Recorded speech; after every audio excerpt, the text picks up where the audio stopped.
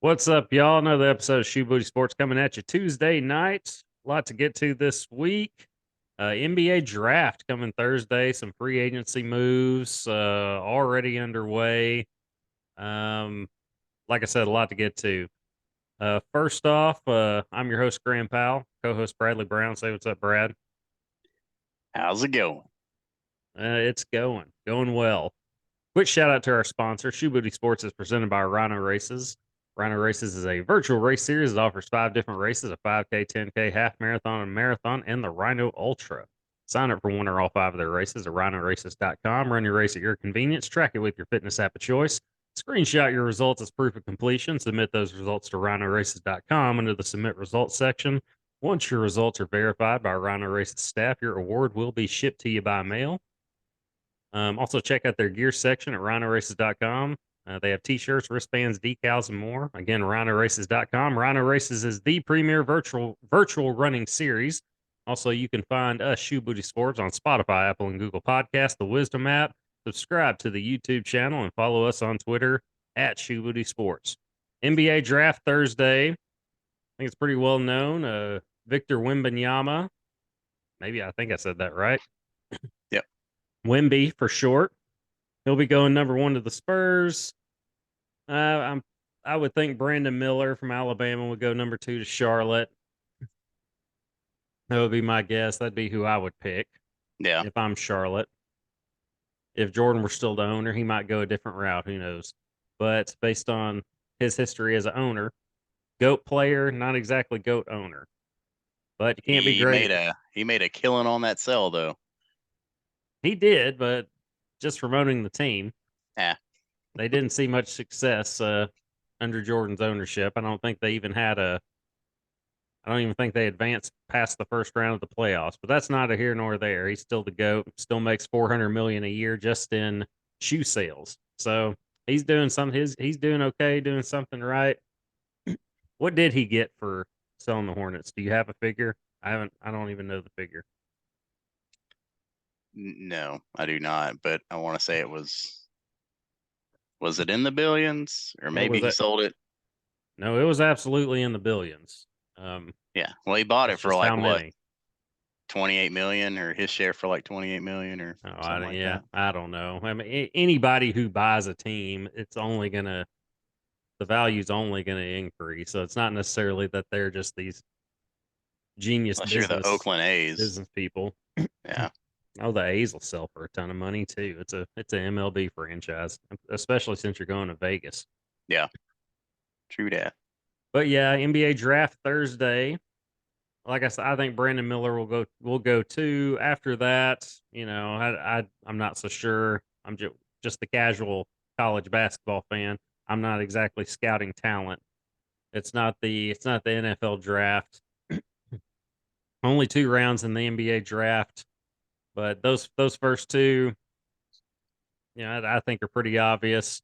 What has me intrigued, Anthony Black, Arkansas point guard, number eight, the number eight overall best available prospect according to ESPN.com.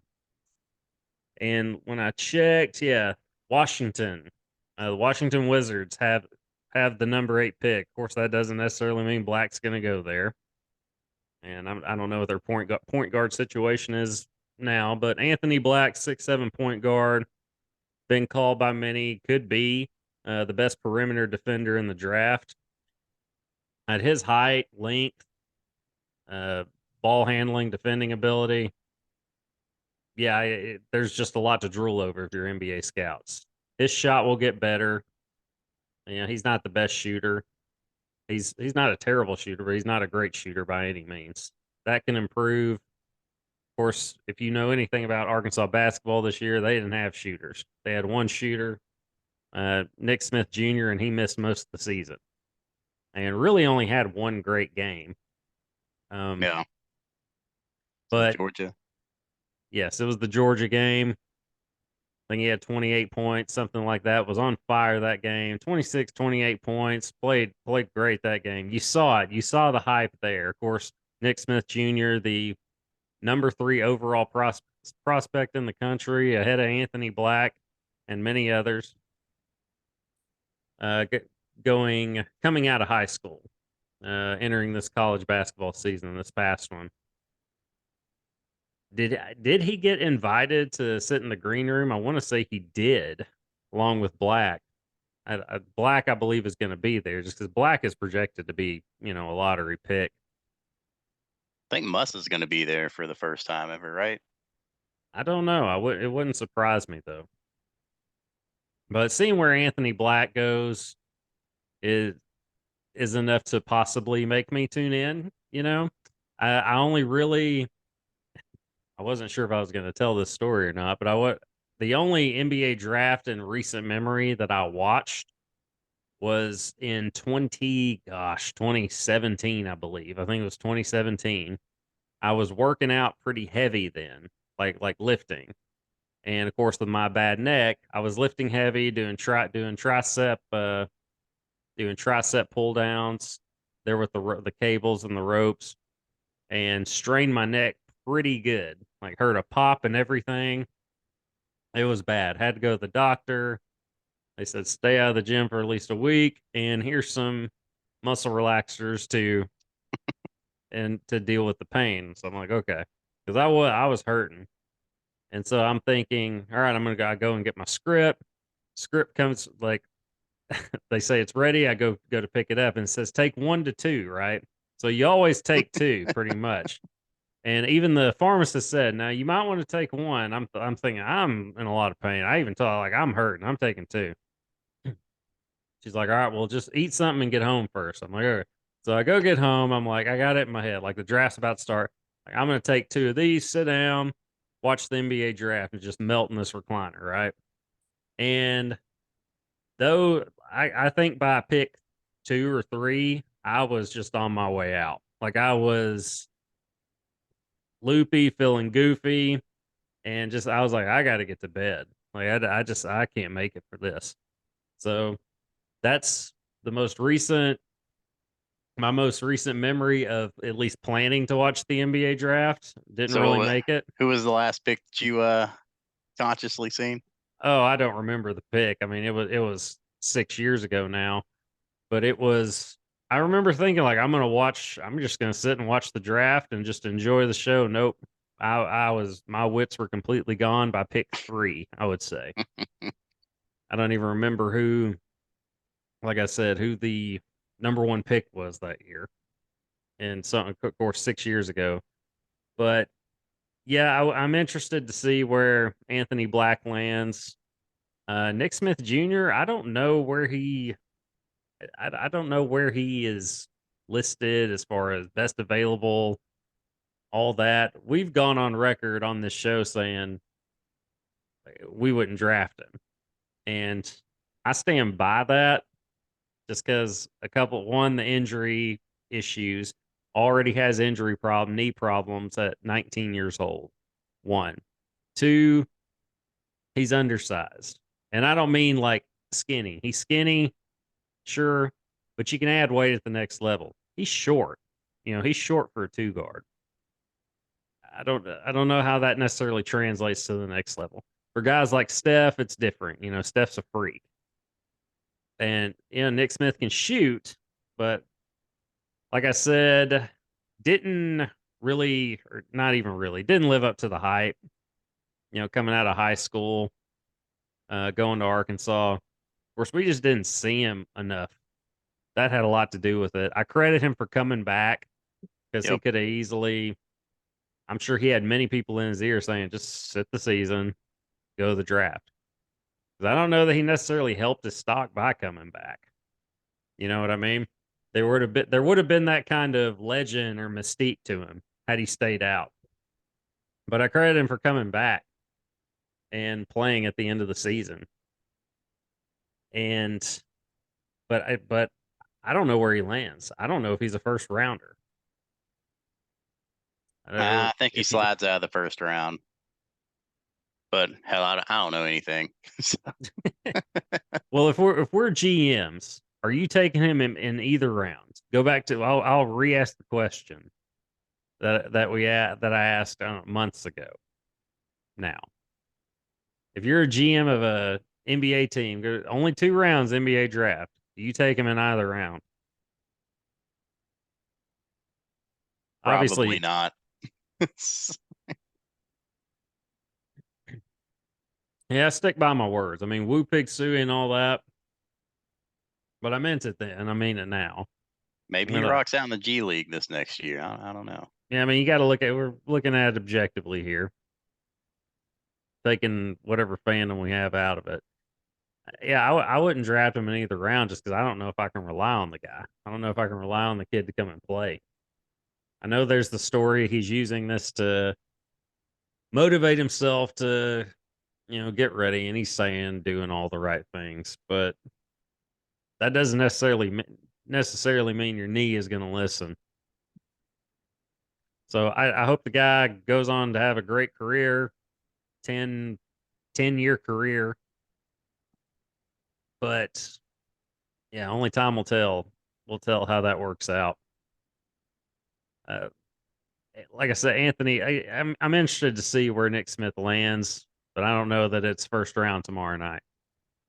Uh, Anthony Black likely going to be a top 10 pick. A lot of upside there. He was the best Razorback all season. Didn't He was a lot of fun to watch. he was? I feel like he cooled down at He the end of did. the season. He cooled down quite a bit at the end of the season. Didn't have as big of an impact. The memorable performances in the tournament were obviously Devo Davis and Ricky Council the fourth. Of course, he declared for the draft. I don't know where he's projected to go. Of course, a lot of these guys now, like last year's Razorback team, they had a lot of guys declare, and like JD Note and so forth. They end up going to Europe, because they don't get drafted, which makes you wonder. I mean, why didn't you stay in school for, if anything, the NIL money now? Because if anything, it's you. In the past, you could say, yeah, I'm going to go overseas and get paid. I get it, but now you can get paid. Now you can make more money in college at a lot of them. Yep. So now that's another story. But yeah, interested to see where Anthony Black goes. You think there's any chance Nick Smith will, of the two, can have a better career than Anthony Black? I mean, there's a chance. There's always a chance. But no, I don't see it. Like you said, he's a little undersized and he's already got some injury issues. So chances are slim, but there's still a chance. Yeah, he can score. He can handle the ball. Nick Smith, that is. You saw the greatness in flashes this season. I don't. You didn't see it consistently. Yeah, it's. I see him more, and I could be off, but I see him as more of like a Cameron Payne. Like for Phoenix, being that kind of player, like coming in, putting up big minutes, but maybe once you kind of hit your prime NBA, you're coming off the bench, or you're like a key six-man role, like a Derek White or something in Boston, something like that, which is a very nice player. I mean, that's a very nice player. That's I don't want to say that's his ceiling because I feel he's got more talent than those guys, I think. But with the size and everything else, I mean, Jared Dudley was the ACC Player of the Year, and he went on to be a role player. I mean, it's hard. It's hard to make it in the NBA. So, JJ Redick, another ACC Player of the Year. What you do in college doesn't necessarily translate to the next level. And we didn't even see Nick Smith much in college. So, yeah, there's a chance, but there's just too much upside for Anthony Black. Size, defensive ability, durability. Anthony Black, to me, has the better career, and I don't think it's that close. Okay, so big trade, by the way. When did this happen? Yesterday, too. I think it was 2 days ago. Suns trade Chris Paul and some second round picks. They didn't really give up anything. Sent him to Washington for Bradley Beal, creating their own big three there in Phoenix, following that model. The as is, I don't. This doesn't put them on Denver's level. Now I'm interested to see it because Phoenix is the only team that made Denver sweat all postseason. Yeah. Had them tied 2 games apiece, and of course Denver took the last two of that series to move on to the Western Conference Finals. But I don't think Ayton. I don't know that DeAndre Ayton sticks around because you got 3 big contracts now with this new CBA that's coming out in a couple of years or going into effect in a couple of years. You're not going to be able to keep all 3 of those guys. They made it really. You're not going to be able to have 3 max players. Is essentially what this is doing. So I don't know what they do there. I'm guessing they're going to try to move DeAndre Ayton, and if you can get if you're going to compete with Denver, I don't know if there's anything you can really do realistically. I don't think there's anything anybody can do to compete with Denver right now. But to be that next tier, that's still pretty good. That's still pretty good. Denver's the bar, okay? And if you can just be a notch below, that's still pretty good. I mean, you're still relevant. If you can make them sweat, of course you want to win the thing. But I don't see them competing with Denver as is. They'll probably try to move Ayton. If you can move Ayton and get 6, 7, 6, 8 guys that can play defense, I like that team. I like that team better than, say, keeping Ayton. But we'll see what they do there. It's still a great trade if you're Phoenix, though, because you were probably going to waive Chris Paul anyway, and you ended up getting Bradley Beal out of it, a more reliable scorer. Well, a better scorer that's more reliable. As in, you're going to see him in the postseason, which we haven't seen Chris Paul been able to do, at least this past postseason. So I like the move. I like the move by Phoenix, but does it put them up there with Denver? No, but nothing that anyone does will match Denver right now. Not with that team. That's a potential dynasty there in Denver. Okay, first of all, what were your thoughts when you heard the trade for Beal? When did you hear about it, and what were your thoughts initially? I don't know. I think I heard about it sometime Sunday afternoon, I want to say. Didn't really know what to think about it. I mean, yeah, is the move okay? Yeah, it's okay, but is it gonna? I don't know. I think they have to make bigger moves to compete with the Nuggets because that was my first thought. I was like, yeah, well, was there a better deal out there to be made? But I don't know. No, Yeah, I mean that was the best move. I thought I thought it was a great move. I thought it was better than okay. There's just realistically, there's just nothing you can do right now to compete with Denver other than just knocking it out of the park in the draft. And I mean, Jokic was a second rounder. yep. Of course, it's hard to pick that kind of stuff sometimes. Of course, you like guys like Wemby. I watched his highlight reel, by the way, for the first time today when I clocked out. Man, I mean the guy can play.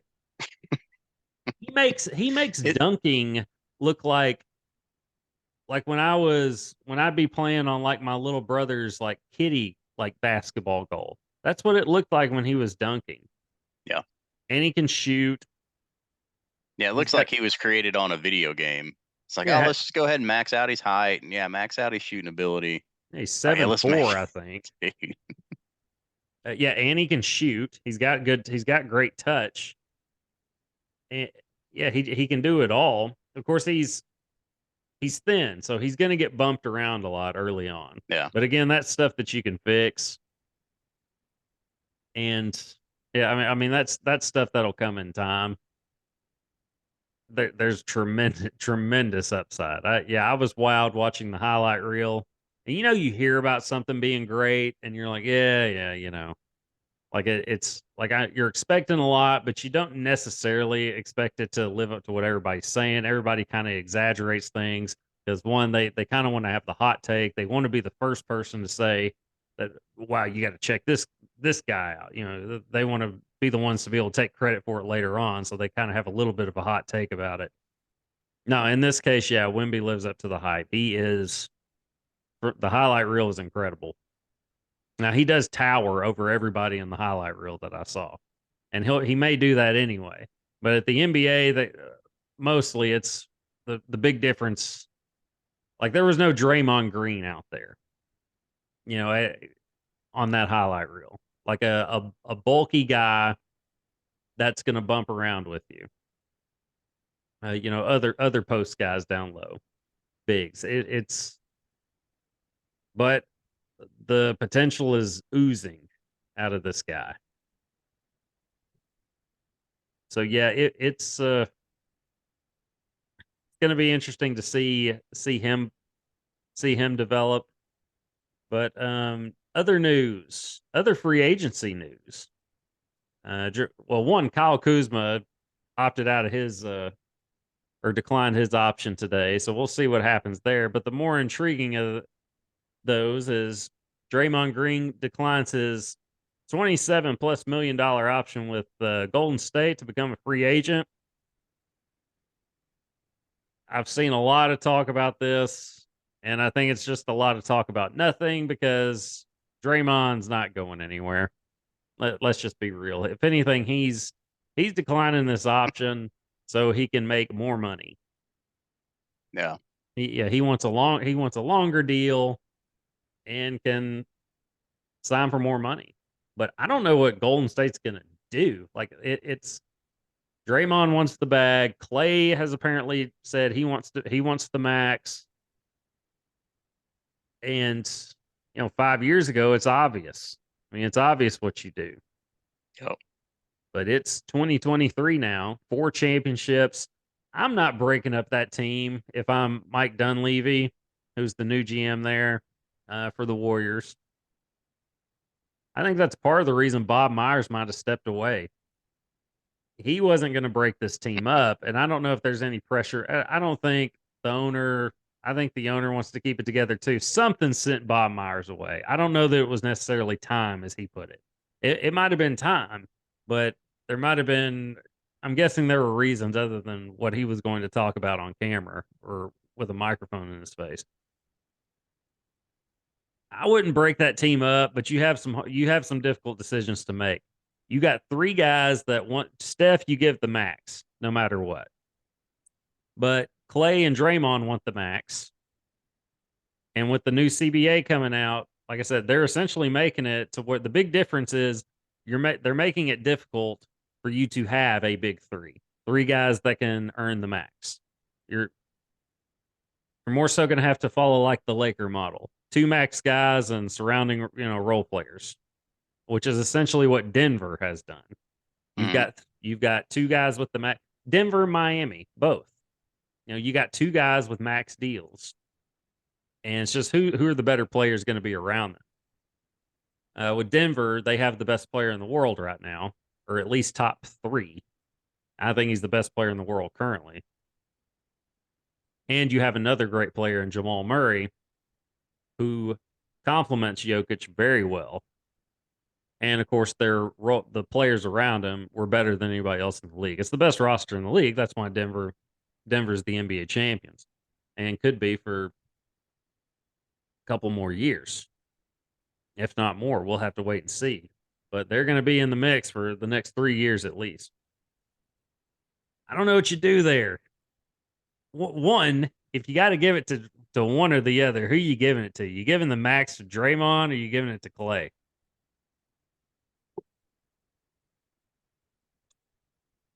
I don't know. I think give it to Draymond. Isn't that weird? Isn't it weird to say that? It's weird to say, but you give it to Draymond. It's so weird to say. Because like if Clay's prime and healthy, you give it to Clay. That's the guy you give it to. But Draymond he does way more for that team than the stat sheet says. Yeah. He's the heartbeat of that team. He's the soul of that team. He's the muscle for that team. And he he's played with Steph and Clay forever. I mean, Draymond does stuff. I mean, he can toss it. He knows what Steph's going to do.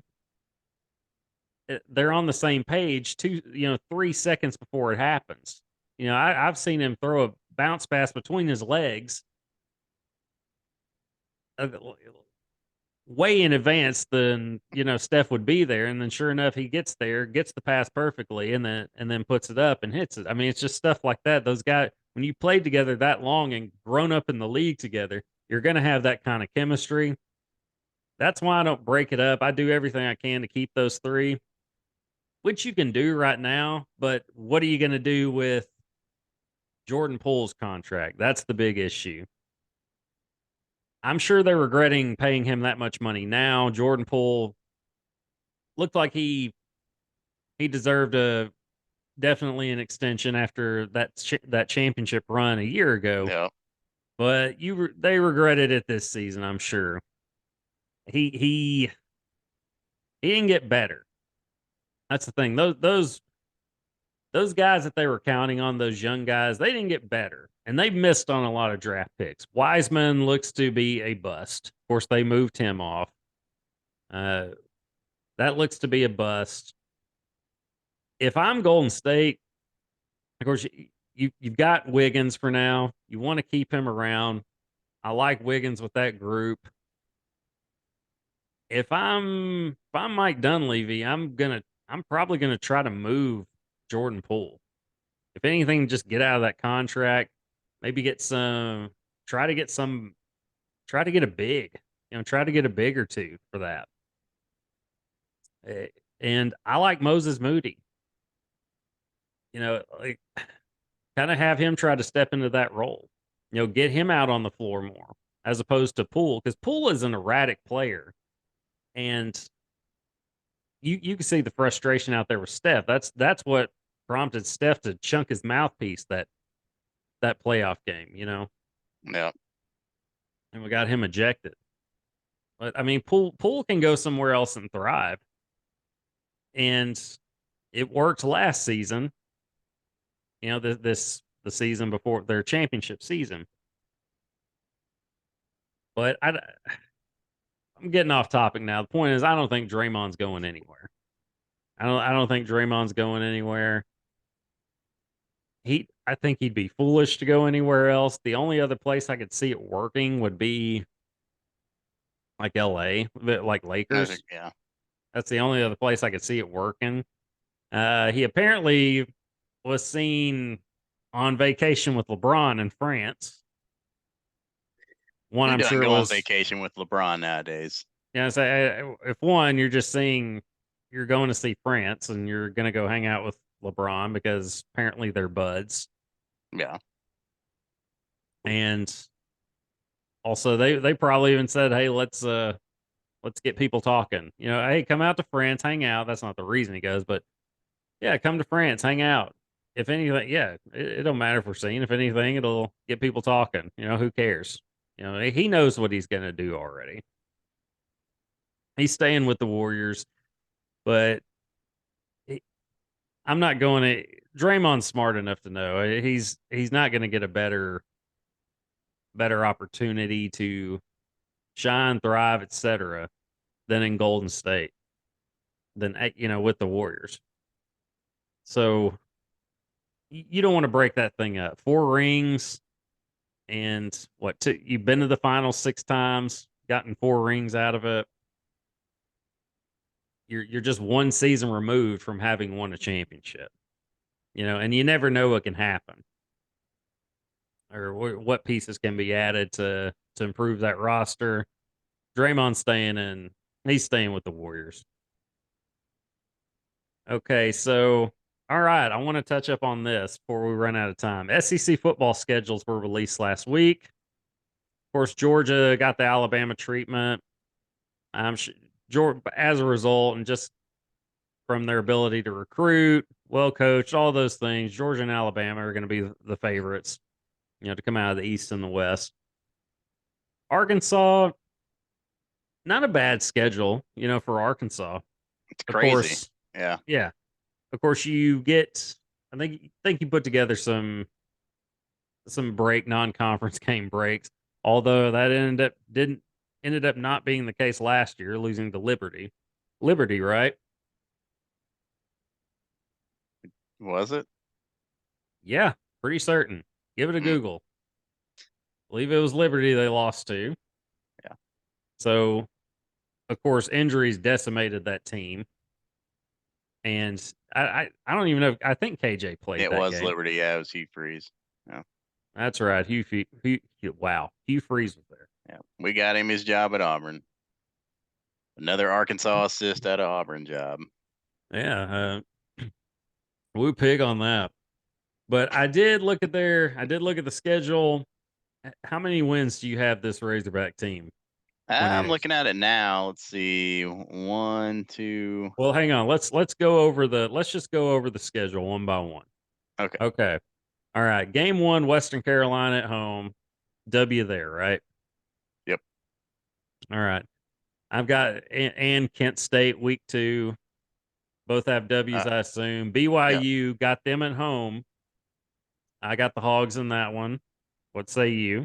Yeah, I can see it. I can see it. We beat them at their place, so it's past season. So yeah, Well, who you got? Okay. Yeah, so Hogs. you got okay, Hogs. All right. So first conference game at LSU September 23rd. Loss. I also have a loss. I have the Razorbacks losing their first 4 conference games. And that would be at LSU, it's at home, but it's Cowboy Stadium, against A&M, at Ole Miss, and at Alabama. So on the road for a month. The I Hogs, have that us is. getting one out of those 4. Ole Miss. Yes, Yeah, possibly A&M, but I would say at least one out of those 4. I think if you get one, I think you can get 2. I think Ole Miss and You A&M can are get 2, but beatable. I'm not going to be greedy. I'm just going to say 1. Yeah, I'm just gonna. I got 4 L's. I got 4 L's. We can't beat A&M. We always find a way to lose to A&M. Yep. We were 3-0 under Petrino. I say Arkansas was 3-0 under Petrino against A&M. Motorcycle wreck, and it was all downhill after That that. wasn't no motorcycle work. What wasn't? That girl's fiance beat the crap out of him. Wasn't no motorcycle. Wasn't no motorcycle accident. Either way, Petrino's gone, and it's Yeah. all downhill from there. Conspiracy theories aside.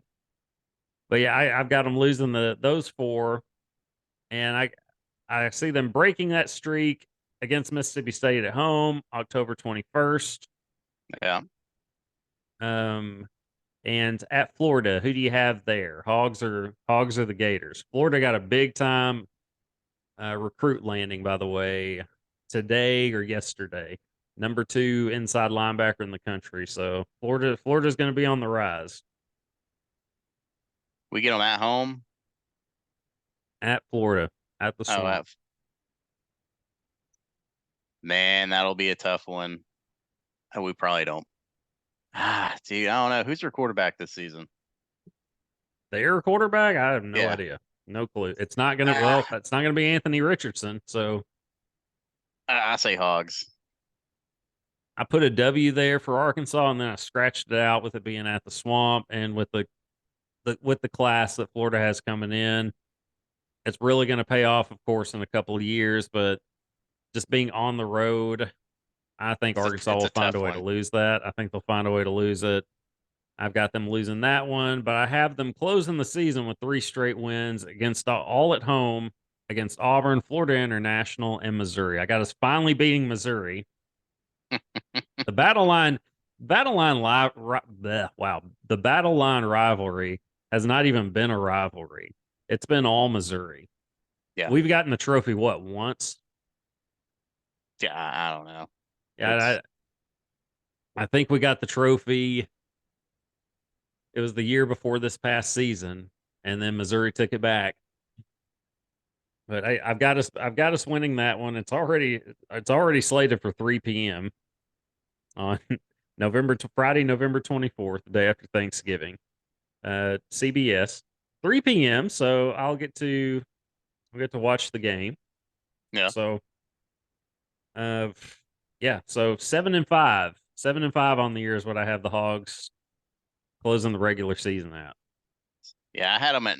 I was counting one of those wins in year 4, straight losses. And I counted Florida, so I guess I had 9 wins, which is 9 alarming. wins. Which is alarming. Yeah, I can already see the issue with that. As I say, it makes you rethink it, don't? And that Yeah. was when I had the Florida win, I had 8-4, and I was like, "That's not right. They're going to lose one of these." Yeah.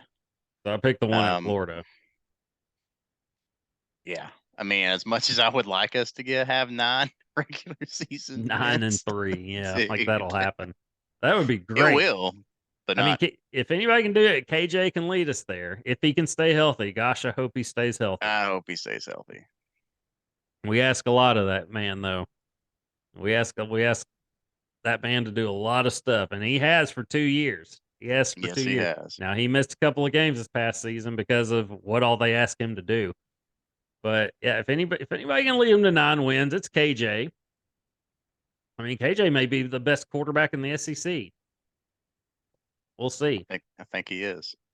Yeah, But I'm a little biased. But same. Of course, I've not seen who Alabama's plugging in there or Georgia, but Alabama. yes, but KJ is definitely the most proven. Okay, quick men's college World Series update. In the semis, we got Florida and TCU is set, and on the other side of the bracket, it's going to be Wake Forest and what? LSU. Did LSU beat LSU, yeah, Tennessee? LSU beat Tennessee 5-0. All right, that's awesome to see that Tennessee's out. Who's your favorite? Who's LSU. your to win the whole thing? Yep. I think it's gonna be LSU Florida in the finals. Think they're going to beat Wake Forest, and you think Florida's going to beat TCU? Yep. I have the opposite. I got Wake Forest and TCU, and I'm going to go with TCU. I think TCU's playing the best right now. I mean, we saw what they did to Arkansas. Just pummeled them. I think TCU's playing the best ball right now. Wake Forest has the best resume. So that's going to be interesting to see if those two match up. Yep. But yeah, I'll go TCU over Wake Forest. And yeah, so we'll see what happens. But we'll touch up on some more men's college World Series next week and the NBA draft and where everybody lands and so forth and everything else that goes on in the sports world. But until then, we're out of time. So we'll see y'all next week. This is Graham Powell. Brother Brown. Deuces, y'all. Peace.